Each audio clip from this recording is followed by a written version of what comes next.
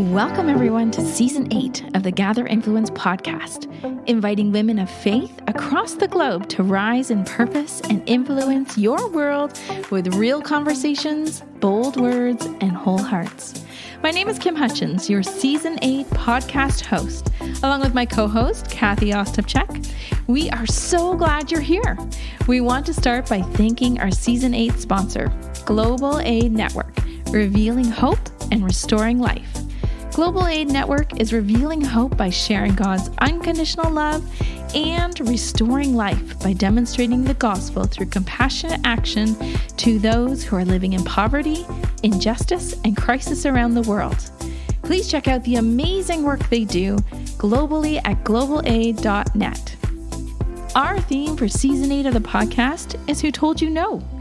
And we're sparking transformative conversations to make a positive impact in our nation and the world. You will love our conversations with the amazing women who will share their real and inspiring stories of their leadership journeys. We are here to come alongside you to connect, equip, and mobilize you as the female church in Canada and beyond. And want you to see yourselves in the lives of the women you hear on the podcast. Today, I'm excited to bring you Maureen Pryce. Cathie and Maureen had a fantastic conversation about our identity, Psalm 139, and how God has given her gifts, and it's okay to use them. Let's get started.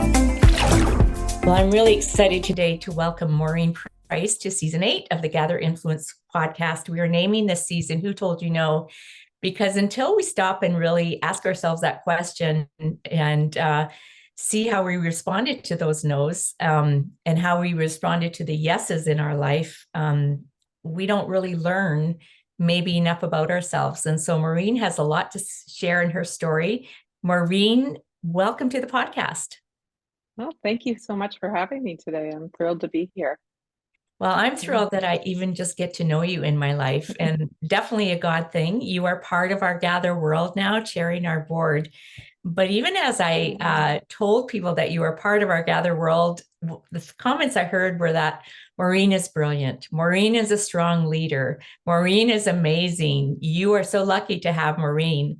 And that's definitely the feeling that I have today. I would follow you anywhere. So I just want to, encourage those that are listening, lean into the rest of this conversation as we get to know Maureen. How I know of you and your work, Maureen, is that you are the Associate National Director of Youth for Christ. And you've had many, many roles that you've played in that organization and others. But as you share your answer to our first question, I will let you fill in some of those details. How does that sound?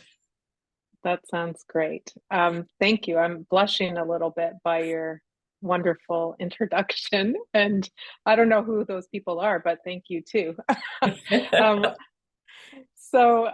Yes, currently I work as the Associate National Director at Youth for Christ Canada. And my journey, I've been with them for about 10 years. And I started as the Director of Human Resources and Partner Development. And then about 5 years ago, I became the Director of Operations.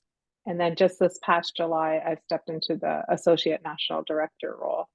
So that has been my journey with Youth for Christ along the way as a sneak peek. Mm-hmm. Yeah. And it doesn't happen overnight to get to where you are. So I guess the question is, even backing up before your time at Youth for Christ, which is an amazing organization, who told you no? Yeah, so that's a great question. I was reflecting on who told me no, just with the name of your podcast. It's a great name. And honestly, growing up, I didn't hear no. I didn't grow up in a Christian home, and I didn't hear no as a woman. I actually started hearing no, sadly, after I became a Christian and started getting involved with different ministries and churches. So that's when I started hearing no. And one of the ones I would say that hurt the most was an organization that I worked for, and I was thinking about applying for the executive director role when the director was leaving. And it took a lot of courage for me to apply because I felt inadequate, that whole feeling that women often have. Maybe I don't have the skills. And I was actually told at that time that I would not even be considered for the role because they were looking for a prominent leader. And then they went on to give me examples of a couple of men and named a couple of men, men like so and so, men like so and so. So that knocked the wind and confidence out of me for a long time. Yeah. So that was probably my hardest no along the way. Yeah. So I'm curious as to how you processed that. Hmm. Yeah. So I did share with different people, but mostly my husband. He gets the brunt of everything I process. So, um, and I think, during that time, part of my thinking was that, I just wasn't qualified. And maybe I was lacking something and would look at the job description and say, well, that saying, you have to have 100% of the skills. And I would go, well, I didn't have this one thing or this other thing. And so like, I'm not really strong at budgeting. So maybe that's why. Yeah. So I would just kind of reflect on what I was bringing to the table and what I was missing. So quite hard on myself through that time. Yeah. So you sort of disqualified yourself anyway to say, oh, well, it makes sense because I was obviously not qualified, rather than maybe it was God's redirection or protection for you. Did that ever cross your mind? Yeah, of course. Like I think during that time that God was just super patient with me and he was holding me through that deep hurt Yeah. and even just being aware of God's timing and that God's like, don't worry, I got you. I'm in control of your life, right? And I often go back to that Psalm 139 as my favorite verse, right? Where he says, every day of my life was recorded in your book. Every moment was laid out before a single day had passed. So I have to go back to that and hold on to that promise that God knew what he had for that time and for that day. And he also knows what he had for today for me, which is very different from that time. So. Yeah, I love that. And I think for those listening, having the truth that you can hang on to that really acts as a foil against what you actually experience. Because you brought up a really good point for women is that when we're looking at something for which, our heart's desire might be to apply for a position we want to step into, we feel that we need to check 100% of the requirements of that role, where as a man looking at the same role, if they can do one of the things, they go, yeah, I'm great for the job. And they may get hired for it. And it doesn't affect their personal identity as much. And yet Psalm 139 is all about identity. So for you to have that sort of grounding is probably something that really helped you in that season move through to the next season. Absolutely. Absolutely. Yeah. And my husband and I have that conversation all the time about jobs. If he has 60% of something, he'll just say, well, I can do it. I'll still apply anyway. Where I think women need to be more invited to the table often. So yeah, we're super hard on ourselves, unfortunately. Yeah, super hard. I have a personal story, just as, an identifier for women listening. When my husband and I are getting ready in the morning and looking in the mirror, even he looks at himself and he goes, looking pretty good. And I'm looking at myself like, I need to get rid of all the freckles. I need, nose, whatever I need. And he's like, no, I'm good. I'm really good. Exactly. We show up like that. And so if it is a no, I think it rocks us a little bit more. But having that Psalm 139, my days were ordained for me. I was together in my mother's room. This will not be the end. It could be a beginning. And that leads me to my next question. Who told you yes? Yes. So I would say the person who tells me, I have two I'm gonna talk about. One is my husband. He has been my biggest supporter through my whole journey. Ever since the day we met, he has always believed in me and encouraged me and said, "You can do this." He handles my meltdowns when I think I can't, and then holds me tightly to say, "Yes, you can do this." And even he has been so supportive that even stepping into this role at Youth for Christ that involved a lot of travel and me being gone for the past 10 years, he would be the one that would take care of things. He would drive the kids. He's the one who cooks in our home. He's an amazing cook. So he really not only supports me with his lips, but with his actions. So like not with his words is what I mean, not his lips, with his words, he's very supportive, but also with his actions. He'll do anything to support me in my role. That's amazing. Yeah. And then the other yes that I finally, the yes I had been waiting for, I would say, is when I did interview for the role of Director of Human Resources and Partner Development. I actually was bold enough at that interview to ask if there was a glass ceiling for me at YFC. And both our national director at the time and the director of operations at the time, who's now our national director, they both said, no, there's no glass ceiling for you.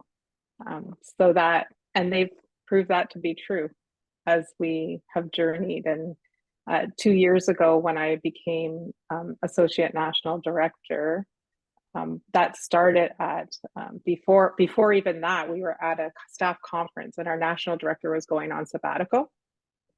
And he announced in the room full of, I think there was 400 or 500 people in the room, and he announced that he was going on sabbatical and that I would be acting national director in his absence. And if you could have been in the room actually exploded with applause. And the reason is because it was the first time in our 78-year history of Youth for Christ that a woman served in that role, even for 3 months. So it was really encouraging to the younger women in the room, to all women in the room. And so that was the yes in that moment. And God told me yes at that time, that it was the right timing. So. Yeah, that's fascinating. I mean, you are a real pioneer in that sense because, it is an organization with a lot of history and beautiful history, but also, leading the way and opening a door to be the first woman. You need a badge of honor, and you did that role, obviously, temporarily, and now you're associate national director. So does that feel, what's the alignment there with who you thought you were and who you are, and actually the role that you're fulfilling so beautifully? Yeah, so who I thought I was. Yeah, I'm still inside that, scared little girl, I think often with low self-confidence, and need to be reminded every day that, God has given me these gifts, and that it's okay for me to use them. And so it's been a real journey, and learning to say yes to things that are presented to me, and having the confidence and being okay with doing it scared has been a real journey for me along the way. So yeah, I don't know if that answers your question. It does. I was just thinking about that imposter syndrome that so many of us suffer from, men and women, but I appear as this and I'm positioned as this, but inside I still feel like I'm not this. And what does it take to know and wrestle with those two sides of the coin and then walk into a room and lead something? Yeah, it takes a lot of prayer. I often pray before almost any meeting, even coming on this podcast today. I still get nervous. I still have to say, okay, God, give me the words. What would you have me share? What would you have me say? And then remember that, I'm his daughter. He loves me. I can hold my head high, even if other people are not comfortable with me in the room. I think that he prepared me well for this world. He gave me four brothers. So my most of the time I am the only woman in the room, or it's me and one or two other women. So I'm okay with that. I'm comfortable with that. I want to make room at the table for more women, obviously, but I feel like it's okay. I'll keep paving the way, and even holding this role as associate national director for the first time, I'm thrilled that the younger women coming behind me have no barriers, that they can have hope to be serving as national director one day. So that's kind of been, yeah, I just have to hold my head high, pray, and walk in the room. Yeah, that's such good advice, that prayer, because when you show up, nobody knows, they can't see, what's going on in your heart and what's going on in your head. So I'm sure there's that wrestling, professionally. I always say, when women show up in the light, I know that there's been a lot of work done in the dark. You just don't magically become associate national director. You don't magically, chair a board of a national movement. There's all this work that's been done in the dark. And I think professionally, there's preparation, there's development. I know you're working on your master's right now, and that's an intentional choice. Not everybody makes that choice, but what was behind that choice to educate yourself? Yeah, so I'll go back a little bit. So I grew up in a non-Christian home. Even part of my whole story is, I grew up in a non-Christian home, and I did go to high school, and then after that, I had done a little bit of fundraising courses. Well, I did 8 fundraising courses at Ryerson University after I became a Christian and started working at Yonge Street Mission. But I didn't really have post-secondary besides that. And it was just always kind of nudging at my heart that, I wanted to have more education. And so at 50 years old, I decided I would try to do my master's in leadership. And honestly, I don't have my 4-year undergraduate degree. I have, 25 years of experience, and lots of training along the way, and did a lot of vocations to get into the program. So, and it's hard. School's hard. I admire my kids more and more now than I did before. It's challenging. For sure. And yeah, I love that you're deciding to do it and you're making it work. Like, you didn't necessarily have this path, it was a more circuitous path, but you're making it work. You're figuring it out. What do I have to do, to do what I need to do? I know when I went back for my master's, I thought, you know what, all I want to do is just pass the course. I don't need to excel, but I know you enough that you just don't want to pass these courses. You want to be the best. I work hard at it, and it's very humbling to call your adult kids and say, can you help me with this citation? I don't know how to do this citation. I'm used to just writing, not having to think about where it came from. So yeah, it's challenging, but very good. Yeah, I'm excited for you. So I have a question that has sort of two kind of ends to it. The question is, what surprises you? First of all, what surprises you about the landscape in Canada, that you're finding that you're paving the way for so many women, and yet we're in 2023, and why should it be that hard? Like, why aren't there half the women doing half of the amazing things that need to be done in the church, in the nation? Does that surprise you and do you think we're a little bit behind, that the younger generations shouldn't have to wonder if there is going to be a spot for them? The second thing is, what surprises you about your own personal journey?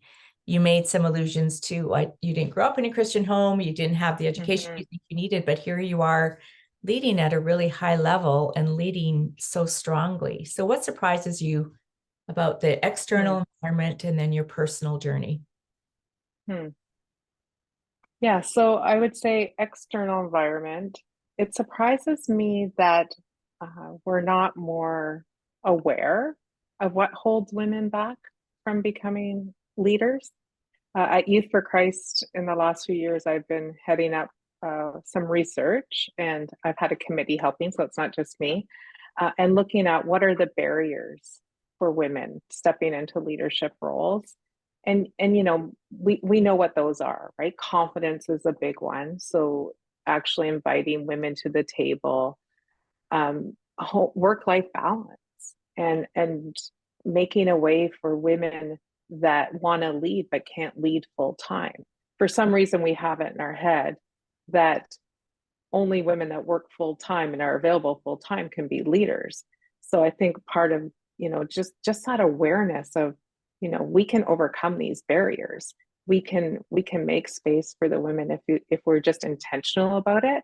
So I'm surprised that we're not more intentional, because it's actually quite easy to remove most of the barriers just by thinking a little bit differently. An example is I have an amazing HR director who has young kids at home, and she can't always travel and she can't work full time. But when I invited her to step into the role of HR director, the first thing she said was, well, I can't travel as much as you need, and I can't be full time. And the amazing thing is, I just said to her, well, when you can't be there, I'll be there for you. I'll represent. We have Zoom. We'll make it work. You don't have to work full time. You're an amazing leader. And she is. She said yes, and she's our HR director, and she's incredible. So I would just say, educate yourself as to what the barriers are out there as organizations and churches, and be intentional. Put a plan together on how to overcome those barriers. So that's where I would say externally. For me, what surprised me, I'm blown away every day when I look back at where I came from. I don't know where everyone's listening from, but I grew up in Jane and Finch in Toronto, a low income community. My dad had died when I was 5 years old, and so my mom went to work, and I'm the youngest of seven. And as a teenager, I was pretty wild. I partied a lot. And then at 20 years old, I found myself pregnant and non-wed. And it was actually at that time that my mom started going to church because she was afraid of the Gulf War. So I just started going with her. And again, that's the power of a mom, right? Like how we follow our mom. And yeah, so then I became a Christian. I accepted Christ as a young single mom. And then one day at church, they were advertising that Young Street Mission was looking for volunteers. And so my mom had offered to babysit for me if I wanted to go half day a week and volunteer. So that's what I did. I went and I would stuff envelopes and open their mail. And so my whole journey started as a volunteer. So I'm promoting volunteer. If anyone wants to volunteer, I highly recommend it. Just do what you can do now. And that's where I met my husband, because he was the youth worker there. And now we have a family together, and we've been married 26 years.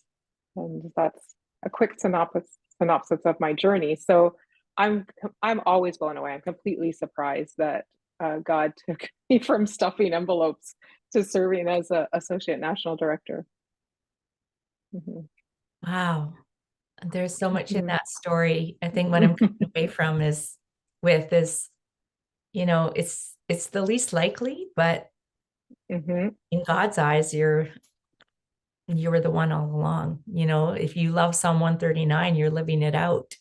There was a sureness to every step, every place that you showed up in, that God had kind of gone ahead of you and made those connections. So thanks so much for sharing that story. I think so many can relate to that. Like, I didn't start out,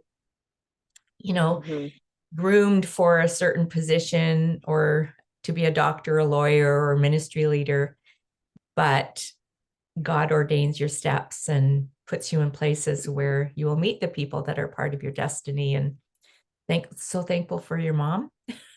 Yes, exactly. Yes. That you're here now.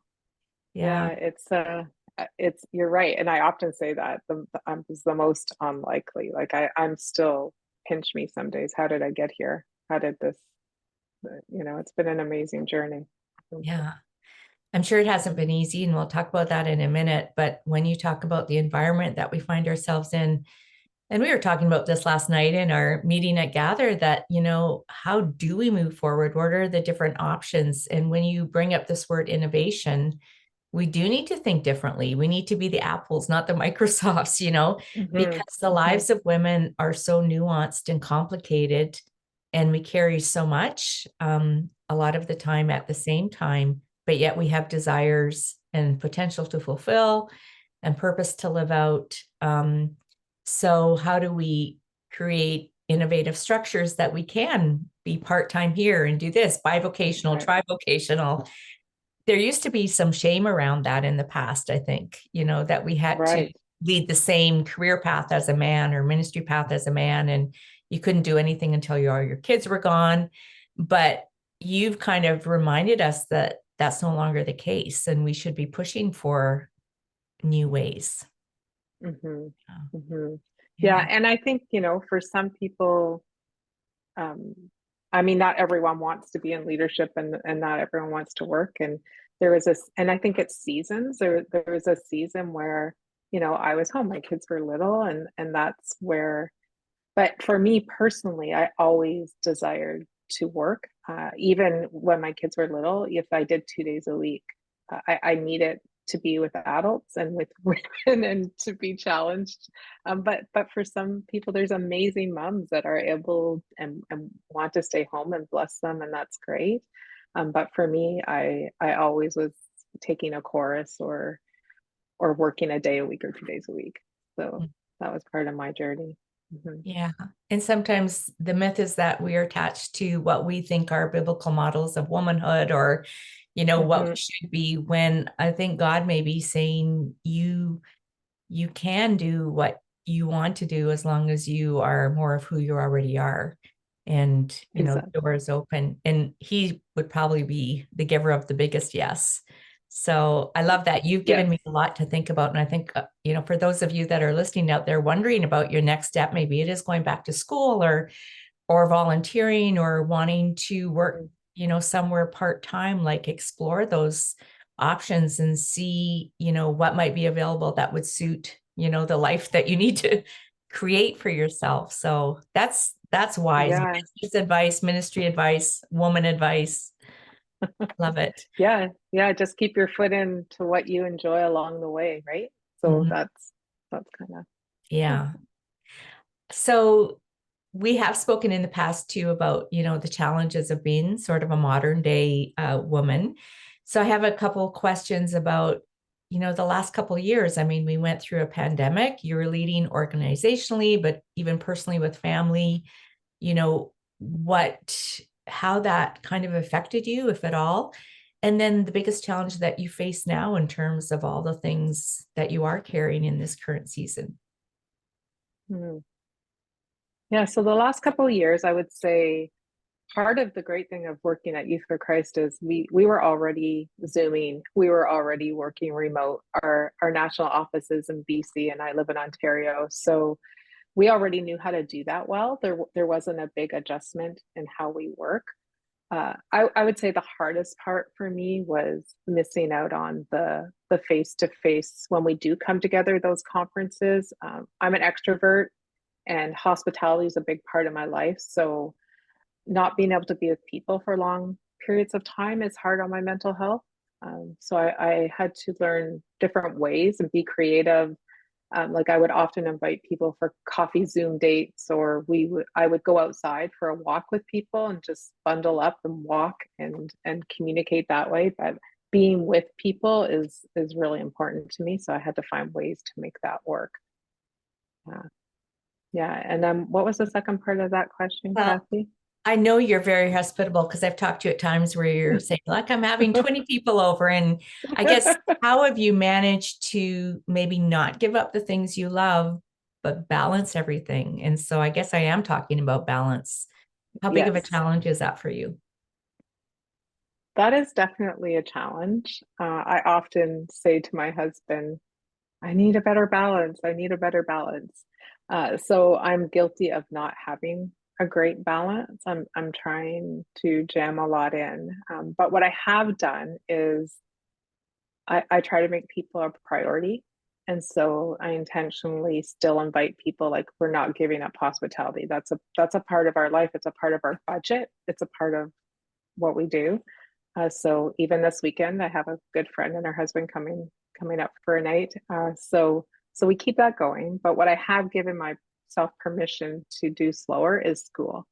Yeah. I find it hard to fit that in. So, example, January, February, I'm not taking any courses because I have too much travel. And so I may be 80 when I finish school, but I'm going to get it done.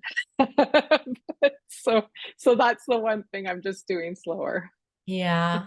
Yeah. Mhm. No, that's really good.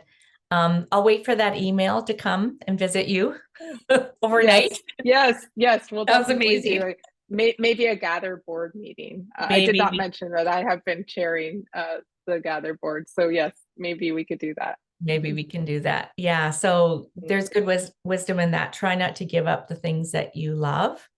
Mm-hmm. And we never talked about this, but what about the self-care piece? Like, how is that figured in when you think about balance? Yeah. So I also need to get better at that. In terms of, just making sure that I'm going to the doctors regular and those things. But in terms of self-care, I make sure I do something every day, whether it's yoga or a walk. Walks are really good for me. An hour walk can change my whole mindset just to get out of the house and from behind the desk. So those things are important. And the other thing I've learned is vacation. I always take all my vacation time, and I usually take it out of the country because I know that I'm too tempted to work when I'm home. So we've learned that going away is actually the best way to vacation. So that's just some of my self-care things. Mm-hmm. Yeah, that's really good. So you have to keep saying yes to yourself, Yes. right? Mm-hmm. And sometimes Mm-hmm. that does mean saying no to something else. I guess a question as we kind of get to the end, although I think we could talk for hours, was there Yeah. ever when God was asking you to say yes to something and you wanted to say no, or vice versa? He was giving you a clear indication this may be a no, but you felt like you had to say yes. I don't know if you have any examples of Yeah. that. Yes, I have many of those moments, and what I've actually learned is not to say no to God anymore because Mhm. every time I say no, he wins and he says yes. So an example would be actually taking this role that at beginning with Youth for Christ when I did the human director of human resource role. I There was a few things. I never wanted to fly. I was terrified of flying, which is a funny thing. So I was just like, God, I cannot take that job because I cannot be on an airplane all the time. Terrified of flying. And the other was I would have needed to raise support as a missionary support model. And even though my background was fundraising and I had raised for organizational funds, I had never raised for my own personal ministry support. And so actually in the end, I actually said no to the role. Ah, And our national director said to me, so you feel called in every way, but you're saying no because of the funding and the flying. And I'm like, yes. And so he actually got in his car and drove several hours to come and see me face to face. And he was not taking no for an answer. And as I was sitting with him at a picnic table, my brother actually walked behind us and said, "I'll be your first monthly supporter." And then I went, "Okay, God, here we go." And the other thing I would say no to is public speaking. I told God, I can't do it. I don't want to do it. I don't enjoy it. And so And he goes, but you're going to do it. And so he keeps giving me these opportunities, even being here today. Like, it's not, I'm the one that usually just stays behind the desk, and I'm happy there. But he keeps pushing me out of my comfort zone to say yes to some of these things. And I don't know why he gives me these opportunities, but he does. And so I'm learning to just say, okay, Lord, I'll trust you, even though I'm terrified of the opportunity to give me, I will walk into them. Yeah, that's such great wisdom. And it's so practical because it's your story. And I think, the fear behind us saying yes to God is somehow that we're going to lose something, or, we're not going to be able to do it. But you have just reminded us that he's already Yes. gone ahead and figured it out, and you can't argue with him. And I love the story of, I didn't know that you said no to that and the reasons why. I did. Right. Yes, I did. I think it also points out that there's so many ways of doing life and ministry and jobs. And, if it is raising funds for the ministry, like, there's so many ways of doing it. It doesn't have to look a certain way. And there's so many ways of becoming confident of, who you are. And public speaking is everybody's sort of number one after snakes. I think it's everybody's number right. Yes. one. Yes. And yet here you are, you do just bring this essence of confidence when you lead, when you speak. So obviously God's doing a great work in you. And I just appreciate you sharing that. So as we close, I'm just wondering if you have a word of encouragement for anyone listening. I know I've been really encouraged. I've got lots to think about. But for any woman out there who is wrestling with the yeses in their lives, the nos, whether it's saying yes or no to things, to roles, or even to people, and the fear behind that, how can you encourage them?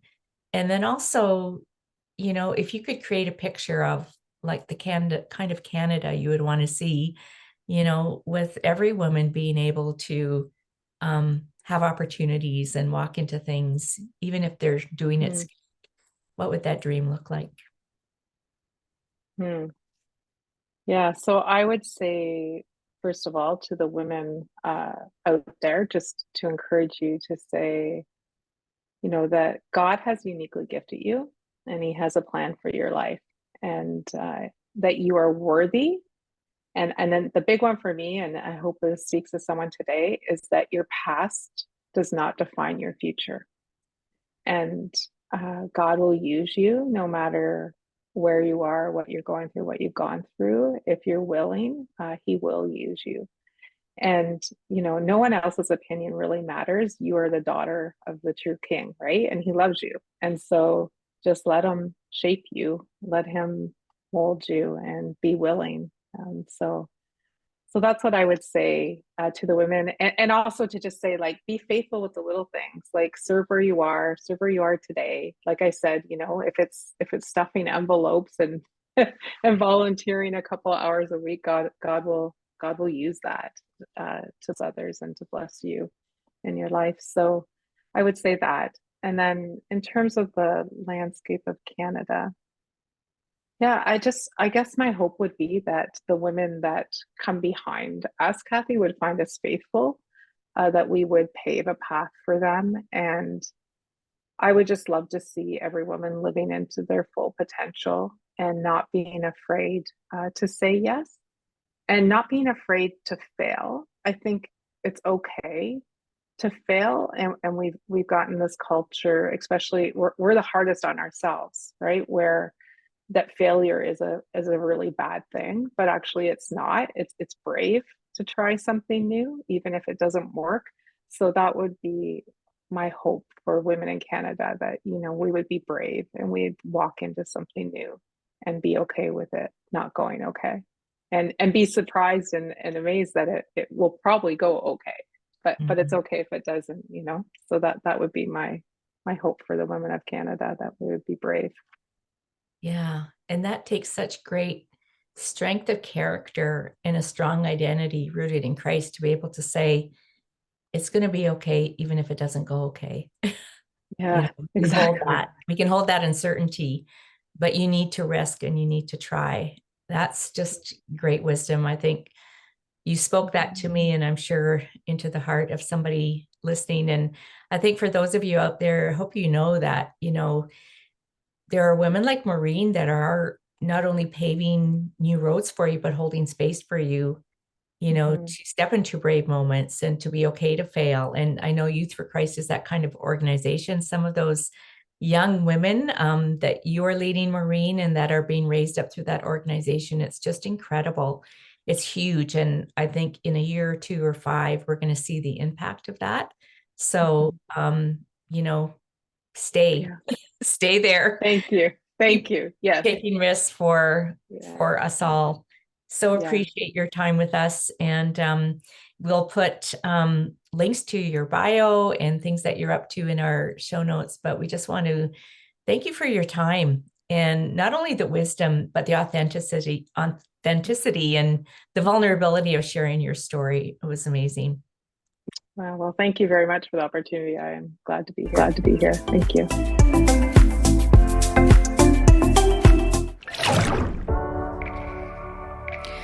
Global Aid Network dreams of a world with flourishing communities where people are thriving in all aspects of their life. Since beginning in 1998, GAIN has mobilized resources to help people in over 49 countries around the world, most of which have been women and children. The suffering of women and children produces an immediate heart cry in most people worldwide. When a child remains in need, not only is their present life, but also their future is subjected to heartache.